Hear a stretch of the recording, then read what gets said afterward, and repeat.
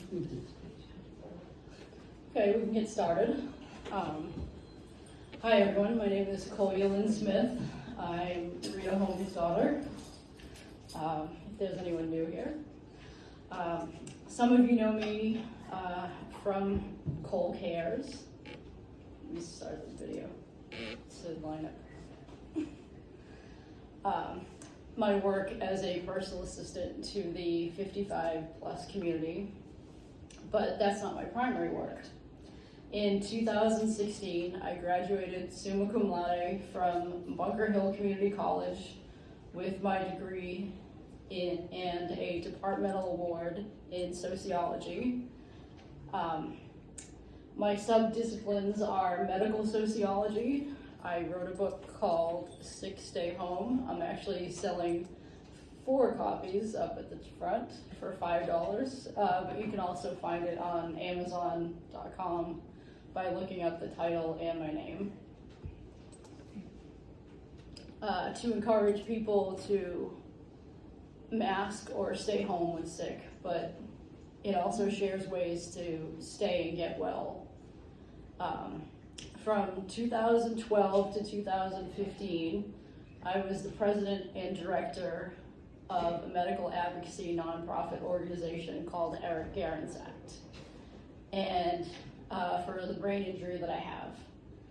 And we were represented by 34 nations around the world. I also made history by being the first person to speak about Chiari at a sociological conference. Another sub-discipline that I have is sociology of film. So what I do is I review movies and TVs and based upon sociological perspectives. My social media page for this is Sociology on Screen. And in 2017, I started my business, Sightseeing Sociologist, which is what brings me today. I write about travel through the lens of a sociologist and through photography. And I'm planning on writing travel guidebooks based upon the 15-month independent research project that I completed on the MBTA, where I explored the area around every stop on the subway, commuter rail, and took every bus and every ferry, sometimes getting off at multiple stops. What I would do is I would network with the local small business owners, and I would support the local restaurants that were made, from family restaurants. And I also went on beautiful hikes and learned about the history of the area that I was in at the time. And I'm a map enthusiast. And I learned about an amazing resource of old atlases from the Boston Public Library. And I decided to dive into the history of the snow place. The history of the land and the surrounding areas. So come join me on this journey. So our land, as far back as we can go, aside from the Wampanoag Native Americans and the government, was awarded to Captain Joseph Weld for his participation in the Indian-Pequot War, which was fought from 1636 to 1638. It stayed in the family until Weld's great-great-grandson, Colonel Eliezer Weld, had to sell off land due to debt from the Revolutionary War to Benjamin Buzzy, and our sections of land to Thomas B. Wilson.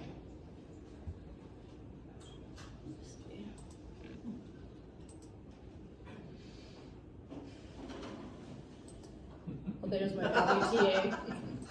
I don't have this queued up very well, do I? Okay. Is that you? That was me. I had finished the MBTA project, so my last stop happened to be the Hull ferry. So my friend and I went to the Nantasket Beach and we rode in the sand. I just finished the MBTA project. So, yeah. Okay. Now everything's queued up. So the area was mainly farmland and rural life, and Center Street, which we all live on, also called Dedham Post Road or Dedham Path, was built in 1662 and is one of America's oldest roads. So I think that's an interesting history to be part of, that your address is a part of history.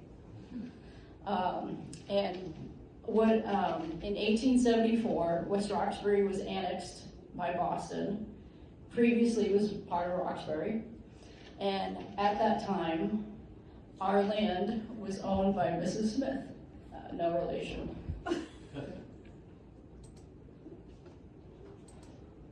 Here we go. So here's our land in 1874. And you can see that duck pond that we have out back, which is very cool. And then from 1884 to 1896, it's listed as Joseph M. Smith HRS. Now, does anyone have an idea what HRS stands for? Heirs? Yes, correct. What? It stands for heirs, H-E-I-R-S, heirs. And then in 1899, the land was owned by Thomas Minton. And you can see here, there's a pile of what looks like building material. I tried to find out what that that symbol meant in the atlas, but it wasn't written down anywhere. So we're assuming it was either rocks or wood. Because by 1905, there was 4 structures, as you can see there. So probably like a house, barn, stable, whatever was on the land at the time. Probably farmland, so yeah. And before that, it was just wide open spaces. There was nothing really, there was no houses on them at all, except for that one. So it was basically just wide open land, farmland. And in 1924, this is where our history gets very, very interesting. Because our land was actually a quarry. Oh, so that's what this is. Yeah.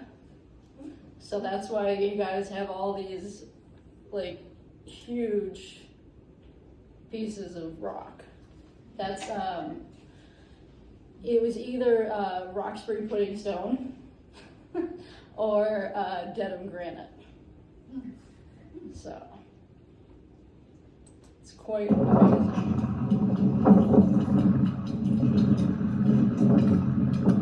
And there's Roxbury pudding stone. And then, so Roxbury pudding stone is actually between 570 and 590 million years old. And I just think it's crazy to like put your hand on something that old. It's amazing. I love history. Okay.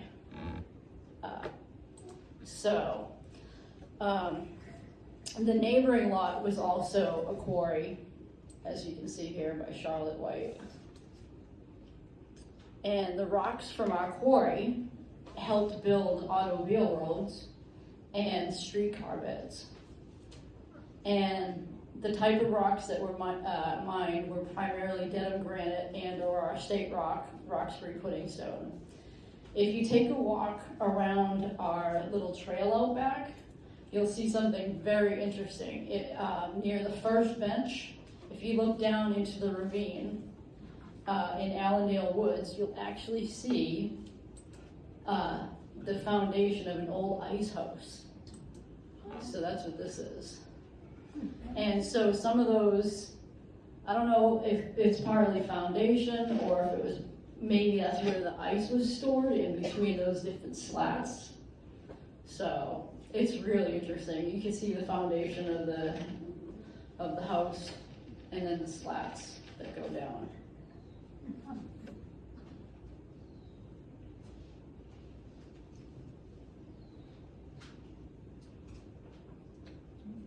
You doing tours after? Sure. In the pouring? Yeah, exactly. I'll do it another day. So as you can see here, there's like, sort of like a chute that goes up for lifting the ice. So I'm assuming maybe that's what that was, but it's hard to tell, you know, how it was designed, because, yeah. But I just thought that was really interesting. So did they harvest ice from the pond? Is that what you're saying? Correct, yeah. So they harvested water from like the ponds, like, I don't know where, it's right here, but it's funny, some of the atlases have the correct information, some of them don't. But the water was definitely still in this area.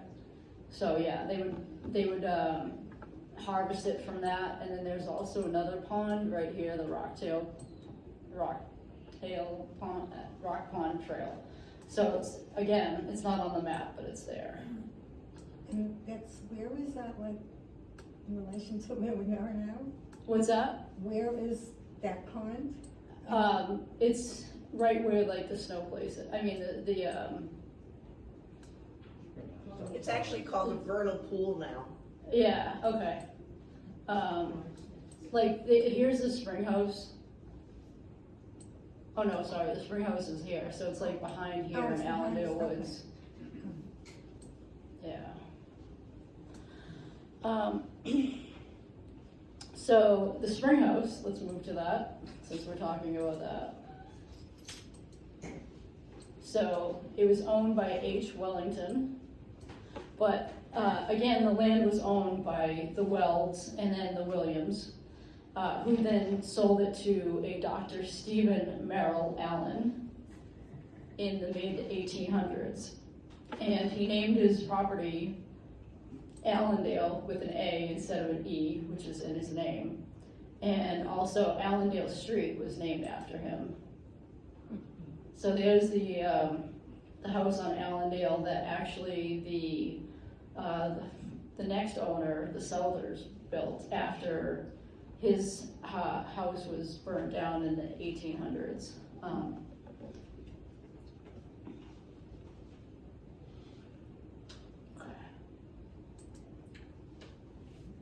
So, interestingly enough, I don't know if anyone knew this, but Allendale Road is also Allendale Street. So, depending on whether you're in Boston or in Brookline, I always thought it was Allendale Road the whole way. No. But I found out that it's Allendale Street and Allendale Road, depending on the town. So, thought that was interesting too. So, like I said, the land was owned by Dr. Stephen Merrill. And if the townsfolk had indigestion or kidney symptoms or more, they were instructed to drink water from Allendale water, from the spring house, the historic spring house. And the spring water is naturally alkaline, which heals a lot of medical maladies. So as you can see here, it describes all the different medical ailments like dyspepsia, diabetes, and many other ailments. So that was pretty cool. And so this Dr. Allen actually bottled it up. So Poland Springs was not the first.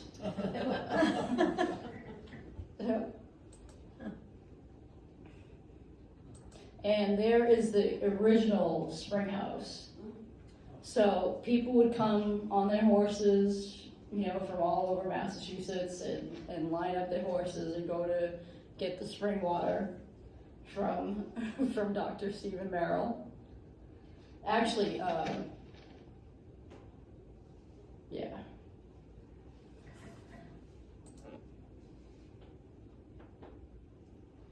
And there is the historic spring house as we see it today.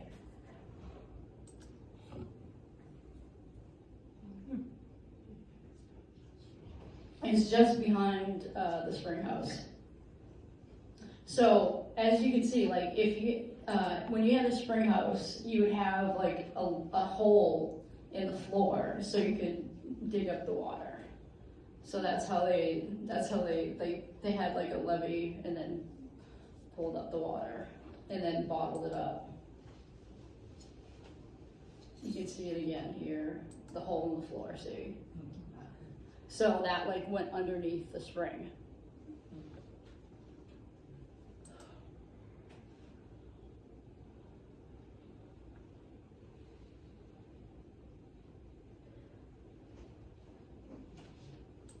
When did that become, and when was it built up to that building? What's The spring what was house. it? I mean, when was it over the spring? I want to say in 1890 they refurbished everything because that original house that I showed you burned, and then the Southers. Okay, so let me go back. So in the 1884 atlas, let me go back here. The land was now owned by Maria Souther, and that is actually Henry Wellington's cousin. And she was the wife of Charles Souther, who purchased the land, but it was registered in her name. And in July of 1888, the original house burned and the Southers rebuilt. And in 1890,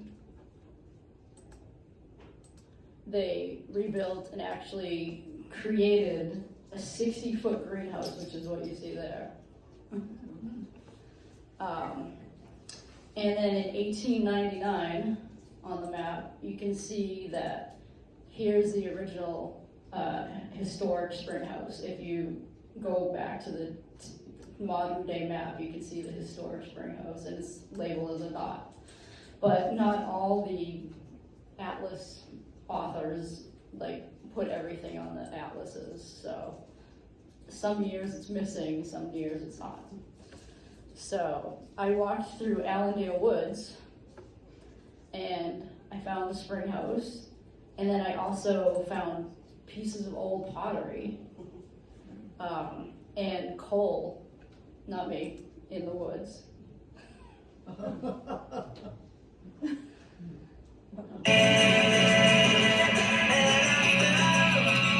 Sorry about that. I thought I had muted that.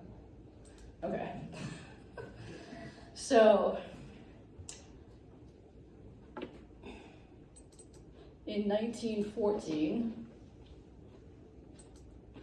it's now listed as Channing Souther, which is Charles's twin son, one of his twin sons. And his father was John Souther, who founded the Globe Locomotive Works in the 1850s. And he also invented a steam shovel. He was the first person to invent a steam shovel.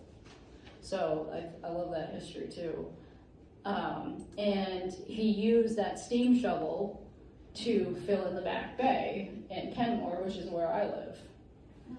So that's a connected piece of history there.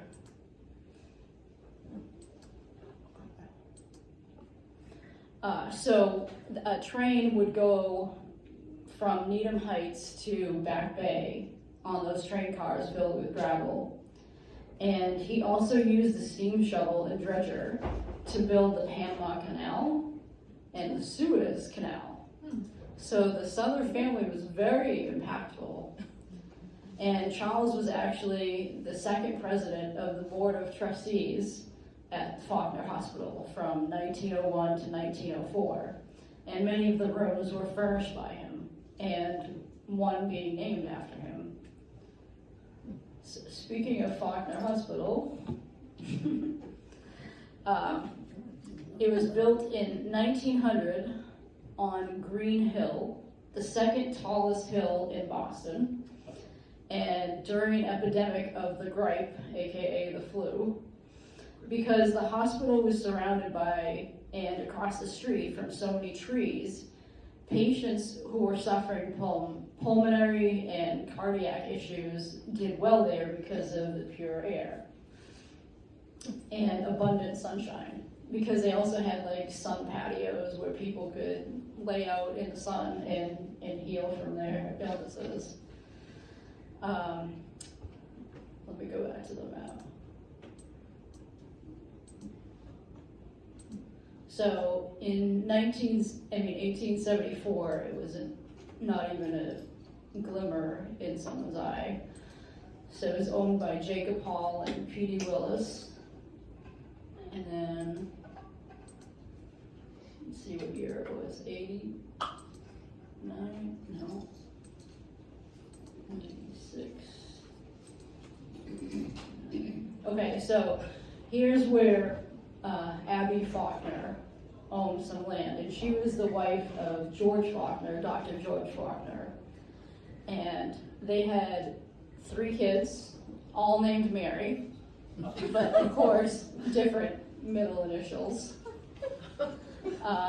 And 2 of the children died at 5 months old of either cholera or dysentery. So it was, as a result, they became very passionate about, having medical care, which is why they wanted to build the Faulkner Hospital. And their 3rd daughter, Mary, died when she was 37. So after she died, Abby Faulkner here decided to set up a trust fund, and so she could build the Mary Faulkner Hospital upon her death, Abby's death. And so in 1905 is the next one, yeah. So now you can see Faulkner Hospital was built in 1900, so it's already established by 1905. And it was built up on the top of the hill.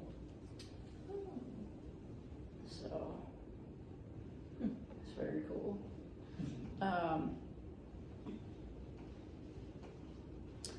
So on the corner here, in this area, right near the Arnold Arboretum sign, was the site of the Peacock Tavern in 1735.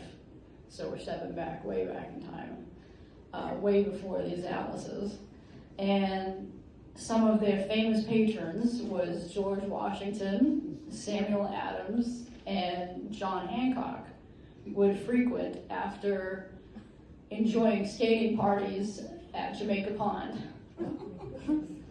And it was marked with a mile marker from Paul Dudley. You've probably seen some of the mile markers. There it is. So again, it's right near the sign for the Arnold Arboretum, right at the light. And I outlined it so you can read what it says.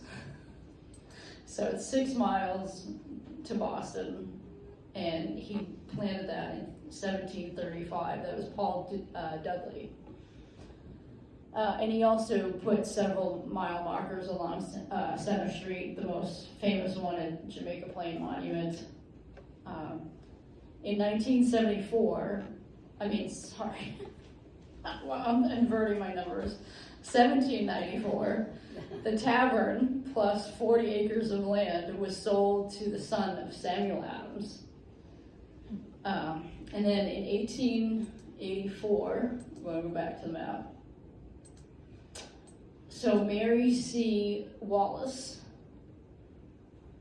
her house was presented to the hospital in 1950. And then, to the hospital in 1950 through 1953. And then Harriet Whitcomb's house was used as classrooms and student residences until 1963. And in 1968, the house, it doesn't go back that far, but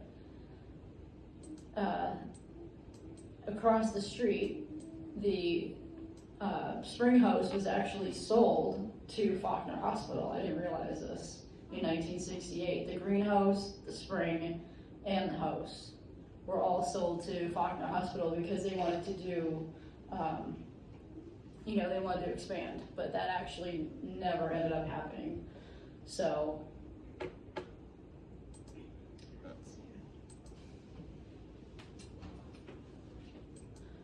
here's what the Faulkner Hospital looks like now, today, with their extension. So it's come a long way from what it started on a hill to where it is now.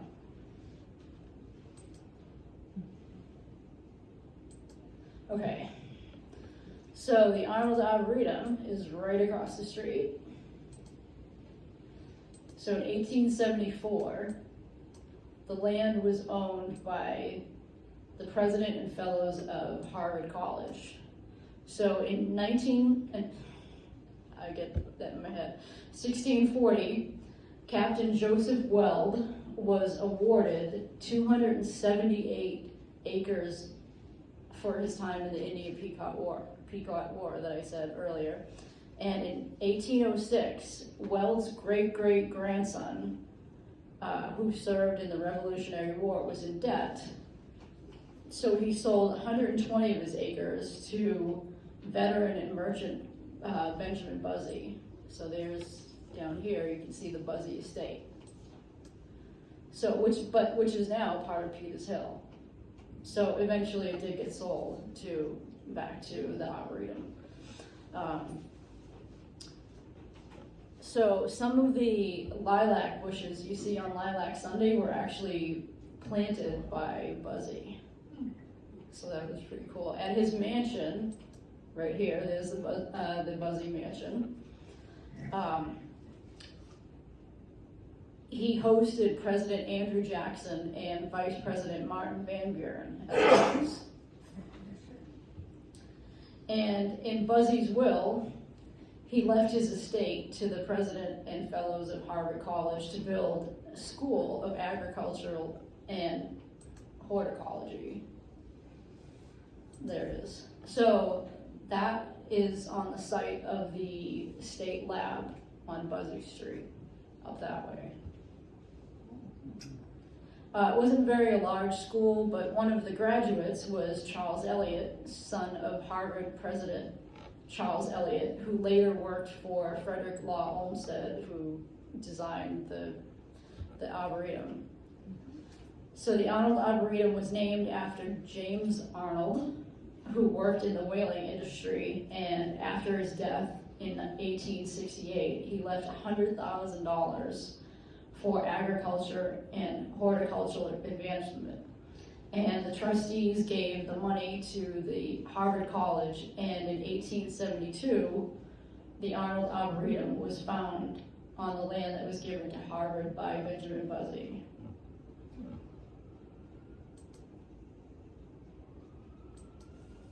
And this is a photo of the Arboretum when it was just designed.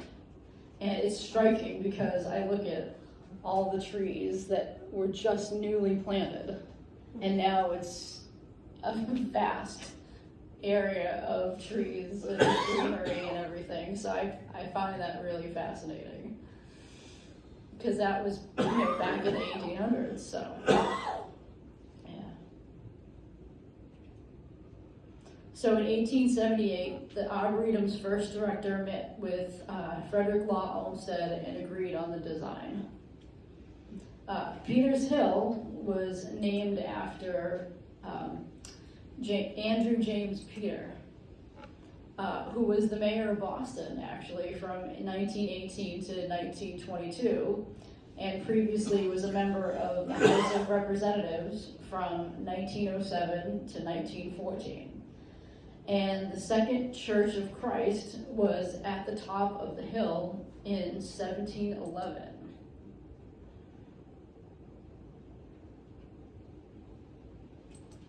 I believe that's the church. I was trying to get confirmation from the Arnold Arboretum, but they did not get back to me. But basing it on the Gothic style door, I would say that is the church that was on Peters Hill. And so, I don't know if many of you have been up to Peters Hill, but you can still see like pieces of granite. And I always just thought that it was just something to sit on when I was a kid, but that's probably part of the old church. Yeah. So that was also very interesting to like sit on that history. And it was formed by Joseph Wells and 44 other men. And behind the church was a revolutionary burying ground for an old graveyard that included 10 Wells, 2 of who fought in the Revolutionary War along with their wives and children. It's one of Boston's 15 historic cemeteries. Sadly, the cemetery was destroyed a lot of the cemetery was destroyed in the early 1900s. I took a couple pictures of the old gravestones, but they go back to like 1700s. And this used to be a foundation of a house, and they decided to cover it over with wildflowers. So, but you used to be able to see like the brick foundation. And then that is actually my Graham and I. My father carved our name into the tree, into a nice beech tree. So that's in 1989. And there's so this stone marker by the steps of the Walter Street entrance was the site of a mass grave. For British soldiers who died during the Revolutionary War, because the Lauren Greenough House was actually a field hospital. And there was a smallpox epidemic outbreak, and they were originally buried in a mass grave near Green Street Station, and then later moved to this marker.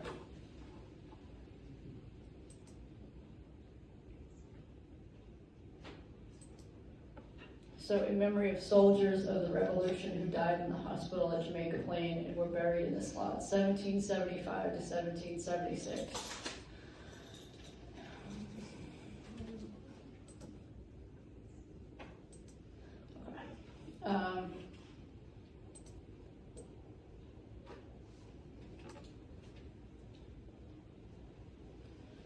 So the Honeywell building on the Arnold Arboretum lot was built in 1892 and named after a philanthropist and, most importantly, one of the most prominent horticulturists in America.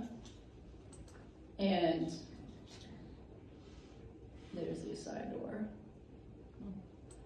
He was actually the first to cultivate and popularize rhododendrons in the United States.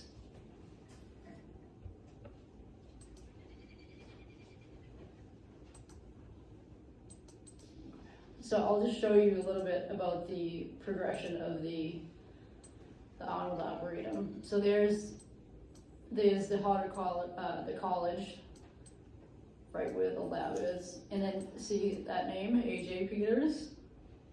That's where the mayor lived, and that's why it was named after Peters. That's why Peters Hill was named after him.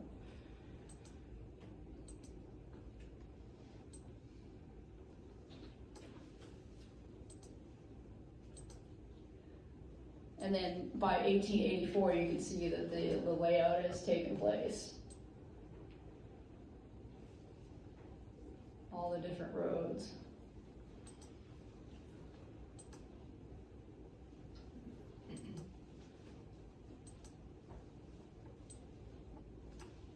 And then finally, Buzzy's estate was sold by 1896, so it took over that section as well, where Peters Hill is.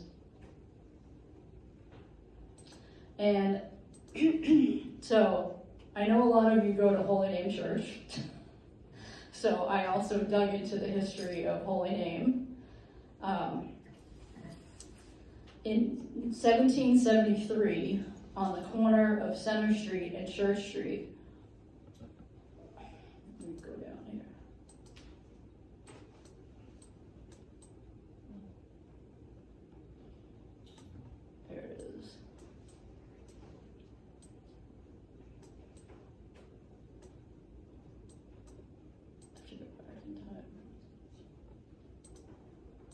was the first Unitarian church, actually.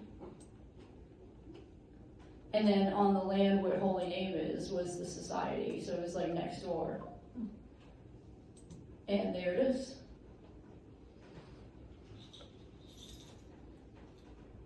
It was actually, so it was the first Unitarian church, which was the Theodore Parker Old Church, now located on the corner of Quarry and Center Street. And it was remodeled in 1821 and then burned in 1890. And by 1924, the Theodore Parker School was built.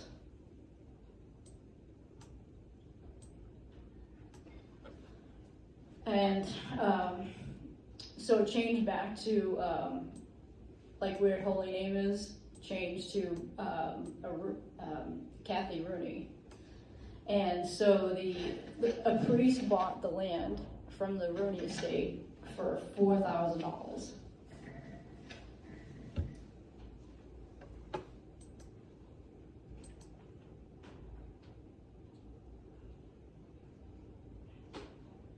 Excuse me, is that the UU church or is that? That's the UU church. Yep. Okay. On the corner of Church and, I don't know why this keeps going up, Church and Center.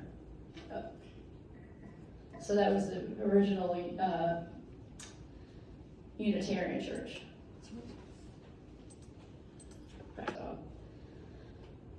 If no one else wants to look up, I want to thank you for coming to my presentation. It means a great deal to me. I love talking about history and sociology and maps and architecture and more. So thank you very much.